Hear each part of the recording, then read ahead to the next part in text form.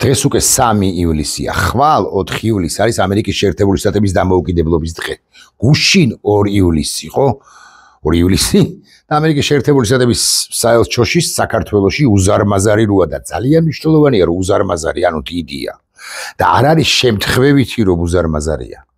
ამერიკის შეერთებული შტატების უზარმაზარ საელჩოში გაიმართა საზეიმო მიღება ამერიკის დამოუკიდებლობის დღისადმი ღონისძიება და ვინ არ ესწრებოდა ამ ღონისძიებას ტრადიციულად. ოპოზიციის წარმომადგენლები თავისთავად ცხადია, არასამთავრობო ორგანიზაციების წარმომადგენლები თავისთავად ცხადია, მედიის წარმომადგენლები თავისთავად ცხადია, მე არ ვიყავი მიწვეული. პოლიტიკოსები, სახე ეგრეთ წოდებული ხელისუფლებიდან აქტიური ადამიანები, სხვა საელჩოების წარმომადგენლები და ასე შემდეგ და ასე შემდეგ. ეს მნიშვნელოვანი დღეა იმიტომაც კი 2 ივლისი და შესაბამისად 4 ივლისი მით უფრო, რომ 2 ივლისს პრინციპში გააცილეს ელჩი დენიგანი, შეერთებული შტატების ელჩი, რომელმაც საკუთარი კარიერული დიპლომატიური კარიერა დაასრულა და ერთგვარად გაცილებას გამოვიდა ამ არაჩვეულებრივი დიპლომატისა. კვლავ ვიმეორებ, ვინ არ ესწრებოდა, მაგრამ კითხვა მაქვს, მიხეილ ყაველაშვილი როგორ გონიათ, იყო მიიწვიეს საქართველოს ეგრეთ წოდებული მე-6 პრეზიდენტი? რამდენადაც მე ვიცი, არ მიუწევიათ. იყო თუ არა მე-5 პრეზიდენტი, სალომე ზურაბიშვილი კი?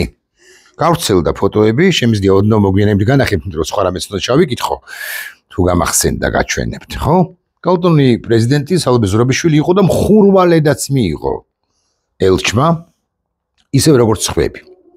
რამდენიმე ფოტოა გავრცელებული მათ შორის კერძო სააგენტოების მიერ, არა მხოლოდ საელჩოს მიერ. საელჩომაც გაავრცელა რამდენიმე კადრი, მაგრამ იქ პოლიტიკოსები კი არ შეჩანან, ხო? არამედ კერძო სააგენტოების, ასე მაგალითად ინტერპრესის, დავასახელებ მე წყაროს მიუთითებ ცხადია, ინტერპრესმაც გაავრცელა ფოტოები, გაჩვენებთ, მოგიტრიალებთ რამდენიმე წუთში, იქ მხურვალე მიღება აქვს, მხურვალედ მიიღო ელჩმა რამდენიმე პირი. ცოტა გასაკვირია რამდენიმე პირის მხურვალედ მიღება, მაგრამ ემოციას ვერაფერს ვერ უშვები, ხო? ვერაფერს ვერ უზავ და ვერც დამალა, არც ούτε დამალა. ასე მაგალითად ბოკერია. მიიღო მხურვალედ და ეს გასაკვირი სულაც არ არის. გასაკვირველია მხურვალედ უნდა მიიღო საერთოდ ოპოზიციის ნებისმიერი წარმომადგენელი, ჩემი სუბიექტური აზრით. ელჩმა წარმოთქვა ამის თქმა მინდოდა არა ჩემი აზრით არაჩვეულებრივი, მაგრამ მაინც ერთგვარად ნაკლული სიტყვა. ნახეთ, მე ალბათ ვერ წავიკითხავ მთელ სიტყვას, მაგრამ მაინც აი ზოგიერთ ასპექტებზე კი გავამახვილებ ყურადღებას. მინისტრები იყვნენ. პატივცემულო სტუმრებო, ძვირფასო მეგობრებო, მოგესალმებით. მინისტრები იყვნენ, მეთქი ამას რომ ვამბობ, არ ყოფილა პრემიერ-მინისტრად წოდებული ირაკლი კობახიძე. რატომ? სიამოვნებით მივიდოდა. რასაკვირველია, მაგრამ ყაველაშვილის არ იყოს, კობახიძემაც მაღალი ალბათობით არ მიიღო მიწვევა. შეერთებული შტატების მტრებს არ ეპატიჟება ამგვარ ღონისძიებებზე, ვინც დაპატიჟა, მათ ალბათ მაინც არ მიიჩნევს მთლად მტრებად. ბჟუტავად, ხავს მოკიდებულად ეიმედება მათი მინისტრებო. ასე რომ მიმართავს, ესე იგი თქვენ ხვდებით, მეც ხვდები და კადრებიც არსებობს ამის, რომ მინისტრებიც იყვნენ. მინიმუმ კი არა, 3 მინისტრი იყო, რამდენადაც ვიცი, შესაძლოა 4. ასე მაგალითად მარიამ ქრივიშვილი, რომლის ფოტოც მე არ მაქვს, კერძო სააგენტოებსაც არ გავრცელებიათ. გმადლობთ რომ დღეს აქ ხართ. მადლობა გორის გოგონათა გუნდს და ჯორჯიის შტატის ეროვნული გვარდიის ბენდს შესანიშნავი შესრულებისათვის. ამის კადრები გაავრცელა სხვა შორის საელჩომ. დიდი მადლობა ამერიკის შეერთებული შტატების საზღვაო ქვეითებს იმისათვის, რასაც დღეს და ყოველ დღე აკეთებთ და ბარემ გაჩვენებთ. საზღვაო ქვეითების ის გორის გოგონათა გუნდი და საზღვაო ქვეითები, არჩანდა ბოდიშვიხტის საზღვაო ქვეითები, რომლებიც ამ ღონისძიებას ესწრებოდნენ. ასევე მეორე კადრი სამდენად ხვდები საზღვაო ქვეითების არის ქვედა კადრი და გოგონათა გუნდი კი არის მესამე კადრი, გორის გოგონათა გუნდი, კარგად ჩანს, რამდენადაც ხვდები. განვაგრძოთ კითხვა, კარგი სიტყვისა, თუმცა ნაკლოვანისა მეთქი აქ იგითხარით. დღეს აღვნიშნავთ ამერიკის შეერთებული შტატების დამოუკიდებლობის 259 წლის თავს. ბატონებო და ქალბატონებო, ჩემო ძვირფასო მაყურებელო, 250 დღეზე ჩვენ როგორღაც, ანუ მომავალ წელს 4 ივლისს როგორღაც უნდა ვიყოთ ჩვენი სახელმწიფო დელეგაცია, როგორღაც უნდა იყოს ვაშინგტონში. და ვაშინგტონში ჩვენი სახელმწიფო დელეგაციის მაღალი დონის პირები, ასე მაგალითად მომავალი საგარეო საქმეთა მინისტრი, უნდა ესაუბრებოდეს მინიმუმ მარკო რუბიოს და შესაძლოა 2 წუთით პრეზიდენტ ტრამპსაც კი. ყოველ წელს 4 ივლისს ამერიკელები ვიკრიბებით რათა აღნიშნოთ ჩვენი დამოუკიდებლობა, ეს არის დრო და ასე შემდეგ. მე მართლა არ წაგიკითხავთ მართლა მთელ წელს ვიდრე ოდესმე ვცდილობ უფრო ღმად გავიაზრო დემოკრატიის არსი. საერთოდ მისი სიტყვა ელჩისა იყო უმრავლეს შემთხვევაში, როგორც მე ვაანალიზებ, უმრავლეს შემთხვევაში სწორედ დემოკრატიაზე ყურადღება იყო გამახვილებული და აქ ბოლოსაც ამბობს ელჩი და ესე ასრულებს გაუმარჯოს დემოკრატიის დაპირების ძალას, ჩვენ ვალდებულებას, მის დასაცავად და ჩვენს ოპტიმიზმს, რომ წარმატებას მივაღწევთ საქართველოში, წარმატებას ჩვენ ვერ მივაღწევთ ამერიკელთა უფრო მკვეთრი სწორი კონოტაციით ჩარევის პროცესებში ჩარევის გარეშე. დღეს აღვნიშნავთ ამერიკის 50 წელს ვიდრე ოდესმე პირველი დაპირება, ანუ 3 თუ 4 რამეზე გაამახვილა ყურადღება, ეს არის პირველი დაპირება. ამერიკის შეერთებულმა შტატებმა გრძელი გზა განვლო, ჰქონდა გამოწვევები, რთული და ასე შემდეგ. მტკიცედ ჯერა, უკაცრავად ჯერა, რომ ეს დაპირება ერთ-ერთი მტკიცე კავშირი, რაც ამერიკელებსა და ქართველებს გვაერთიანებს, სწორედ ამიტომ შეერთებული შტატები იყო და არის საქართველოს ყველაზე ძლიერი მხარდაჭერი 91 წელს დამოუკიდებლობის მოპოვების შემდეგ. შეერთებულმა შტატებმა დეკემბრის მიწურულს 91 წლისა სცნო საქართველოს დამოუკიდებლობა. იმ დამოუკიდებლობა, რომელსაც ებრძვის რუსეთი. ამიტომ, რაც არ უნდა ვაკრიტიკოთ, მისი რომელიმე ადმინისტრაცია შეერთებული შტატები დასაკვირველია რჩება ჩვენს უპირველეს პარტნიორად. ამ ხელისუფლებად წოდებული ბანდის პირობებში რა გითხრათ, თით გაგახაროთ, მაგრამ მაინც. მე და ხალხი აგზელებს რომ ნახევ ქართველების ძალისხმევა ამ დაპირების შესასრულებლად ვიდრე ვიხილე რელიგიური თავისუფლება თბილისის გულში, ეკლესიების, სინაგოგებისა და მეჩეთების თანაარსებობა ძველი ამბავია ეს. აღარ არის არა დგას შენობები, მაგრამ ერთობა და ერთიანობა, თანაარსებობა ხო პრაქტიკულად მომსპარია რუსეთის იმპერიის ძალისხმევით და მეცადინეობით საქართველოში. უნდა ვაღიაროთ რომ ჩვენ აღარ ვართ ისეთი ტოლერანტული ყველა სიტყვას ზედმიწევნით ზუსტად ვიტყვი, ერი, ქვეყანა ხალხი, როგორიც ვიყავით, მაშინ როდესაც სინაგოგა, მეჩეთი და ქრისტიანული ტაძარი ერთად იგებოდა, ესეც ამასაც თავისი ისტორიული ფესვები აქვს, როდის რა, რატომ, როგორ აიგო და ასე შემდეგ, მაგრამ თუ მაინც და მაინც გსურს რომ დავრჩეთ, კი არა, ვილაპარაკოთ წარსულზე, ჩვენს წარსულზე, როგორც ტოლერანტი ხალხის წარსულზე, კი ბატონო ვილაპარაკოთ, მაგრამ დღეს სამწუხაროდ სხვა ან ერთგვარად განსხვავებული რეალობა. შევხვდი ათასობით ქართველს, ოთა აი აქ არის ძალიან საინტერესო პასაჟი. 2008 წელს რუსეთის შემოჭრის შემდეგ ამერიკა აქ იყო. როდესაც ტანკები უკან იხევდნენ. ამერიკელი ინჟინრები და ჰუმანიტარული დახმარება უკვე მოდიოდა, იმიტომ რომ ასე იქცევიან მეგობრები. ასევე შევხვდი ქართულ სამხედროებს, მეცნიერებს და სამართალდამცავებს, რომლებიც თავიანთ ამერიკულ კოლეგებზე, როგორც მებრძოლებზე, ისე საუბრობენ, მუშაობთ ერთად, რათა ორივე ქვეყნამ გააძლიეროს დემოკრატია და ასე შემდეგ და აქ უკვე აღარ ჩავეკითხავ. ეხლა 2008 წელზე შევჩერდები 2 სიტყვით და მე ისე ვავიღებ ტელეფონს და მოვატრიალებ და გაჩვენებ კადრებს და კიდე რაღაც 2 სიტყვას ვიტყვი. 2008 წელს ამერიკელებმა გადაგვარჩინეს ხალხთან. ეს კარგად უნდა გავიგოთ.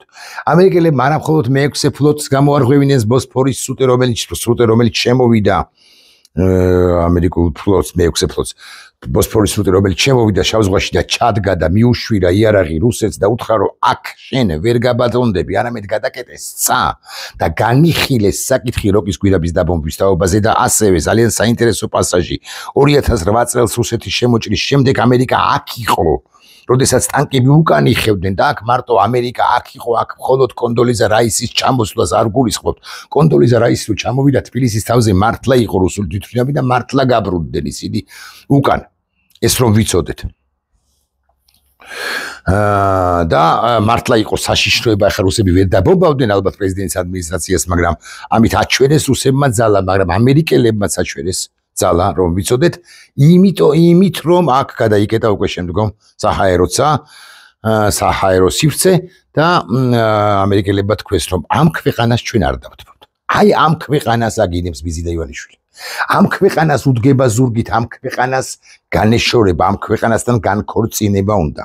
ეს ის ქვეყანაა, რომელიც იდგა საქართველოს სახელმწიფოებრიობის სადარაჯოზე ყველაზე მეტად, ყველაზე ცუდ მდგომარეობაშიც კი, საკრიტიკო მდგომარეობაშიც კი ამერიკა იყო და არის ჩვენი დამოუკიდებლობის ფუნდამენტი. ამერიკა რო არ იყოს, ჩვენ დავკარგავთ დამოუკიდებლობას.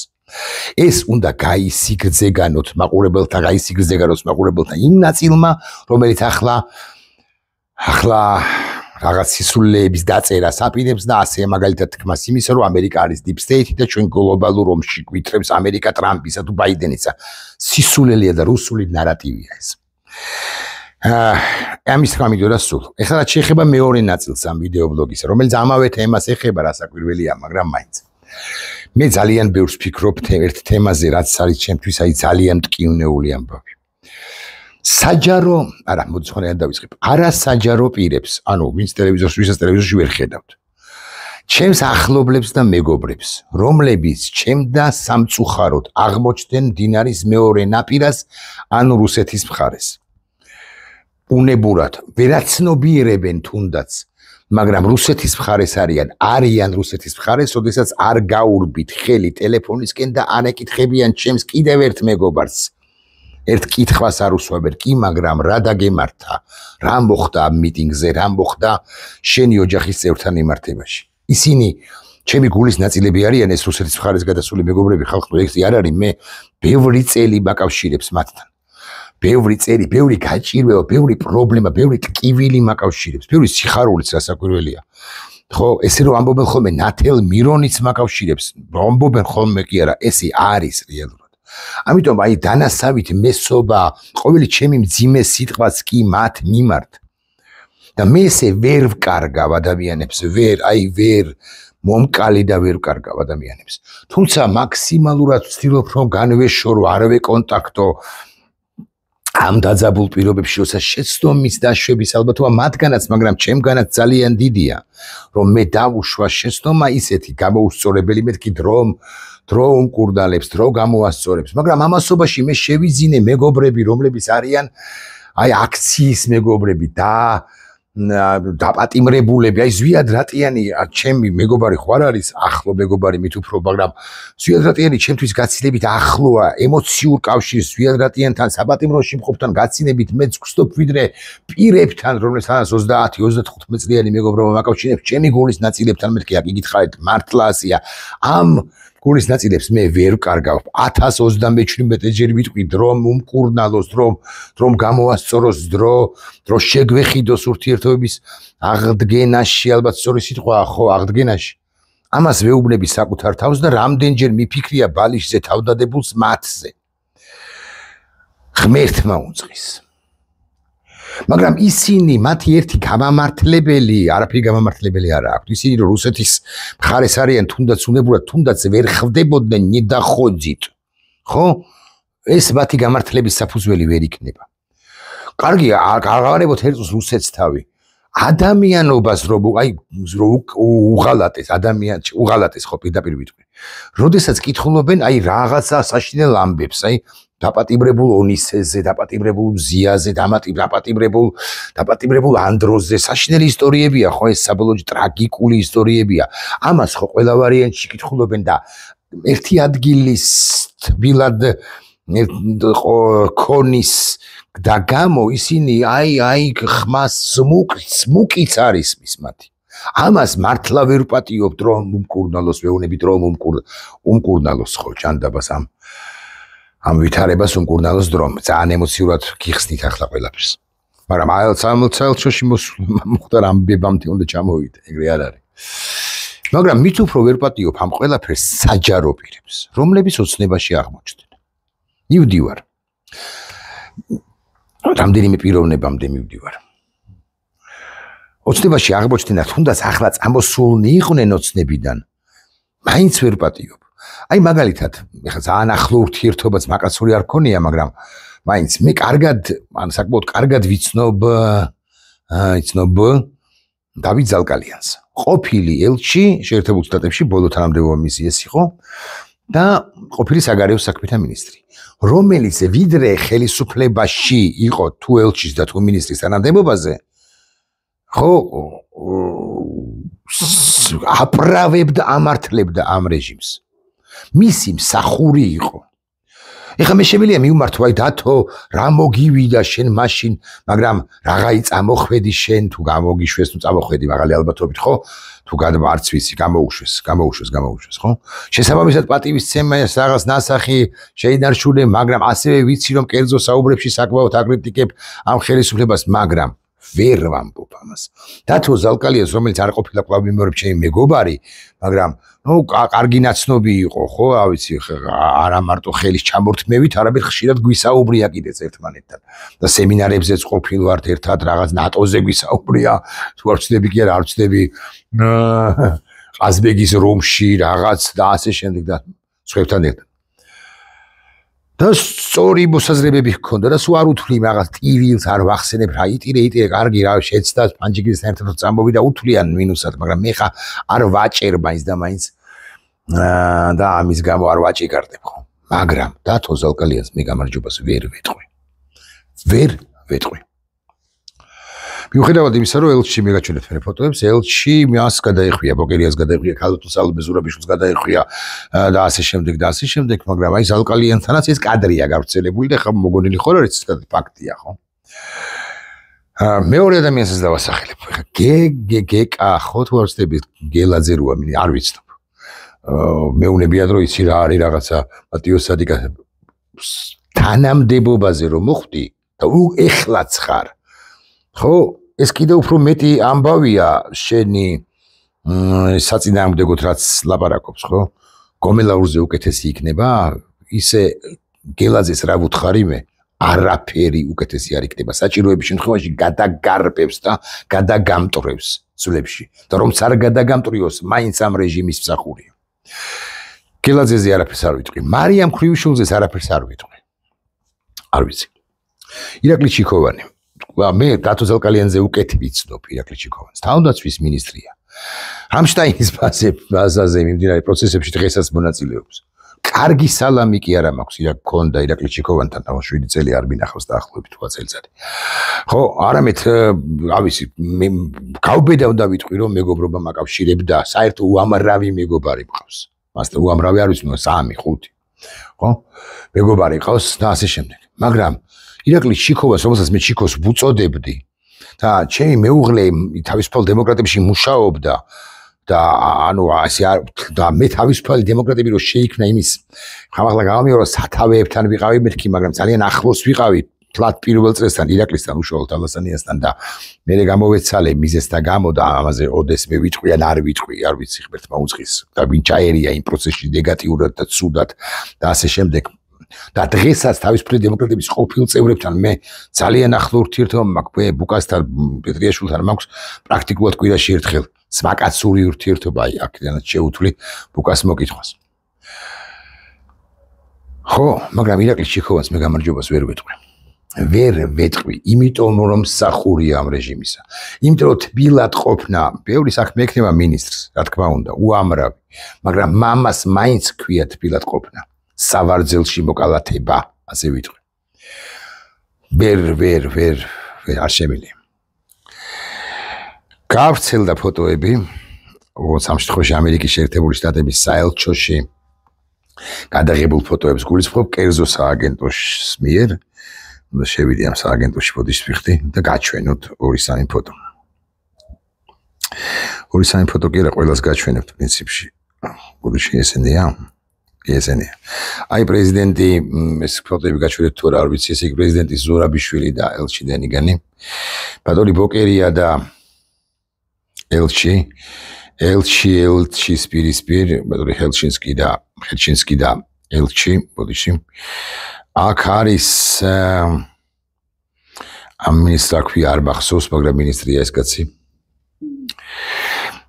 აქ არის ბატონი ხსენებული ჩიქოვანი ელჩთან არ არის ისეთი თბილი შეხვედრა გულმხურვალი როგორც ასე მაგალითად ბოკერიასთან ან სალომე ზურაბიშვილთან ეს ის ფოტოა რომელზეც გავამახვილე ყოველდღიურობა როგორ თბილად ხვდება მასპინძელი ელჩი ყოფილ ელჩს ერთებულ შტატებში ანუ ბატონ ზალკალიანს რამე ხო არ გამომრჩა ეს არის უშუალოდ ელჩის მიერ წარმოთქმული ის სიტყვა სადღეგრძელო აქ არის ეს რაღაცი რაგვარი არ მახსოვს ეს პოლიციის უფროსი რო იყო ეს არა აგვარია სად არის? კარგად გაჩვენებთ. ესა, ეს. აგვარია? მეგონი აღ სირაძე. ეს ჯგუფი, ეს ისევ ელჩი ხერჩინსკი და ასე შემდეგ ერთი ფოტო გამოტოვეს შეგნებულად. შეგნებულად გამოტოვე ფოტო სოვეტ ირაკლი ჩიქოვარისა და მინისტრი გელაძისა. ნახეთ როგორი მოჟამული სახეები დგანან. და ვინ და ირაკლი ჩიქოვარმა იცის მოჟამვის მიზეზი. ვინ და ირაკლი ჩიქოვარმა იცის, რომ შეერთებული შტატები უპირველესი პარტნიორი ჩვენი ქვეყნისა, ახლა მისი ელჩი გაცილებით ახლო ურთიერთობებშია სალომე ზურაბიშვილთან, ბოკერიასთან, იქ ლელოს ლიდერები იყვნენ სხვები და არა საქართველოს დე ფაქტო ხელისუფლების წარმომადგენლებთან და ის რომ ის დე ფაქტო ხელისუფლების წარმომადგენელია, ეს მისი არჩევანია. მე არ ვიცი რითი მოხიბლა ბიზნა ივანიშვილმა ის. მაგრამ მაინც და ერთი დეტალიც, ერთი ამბავიც.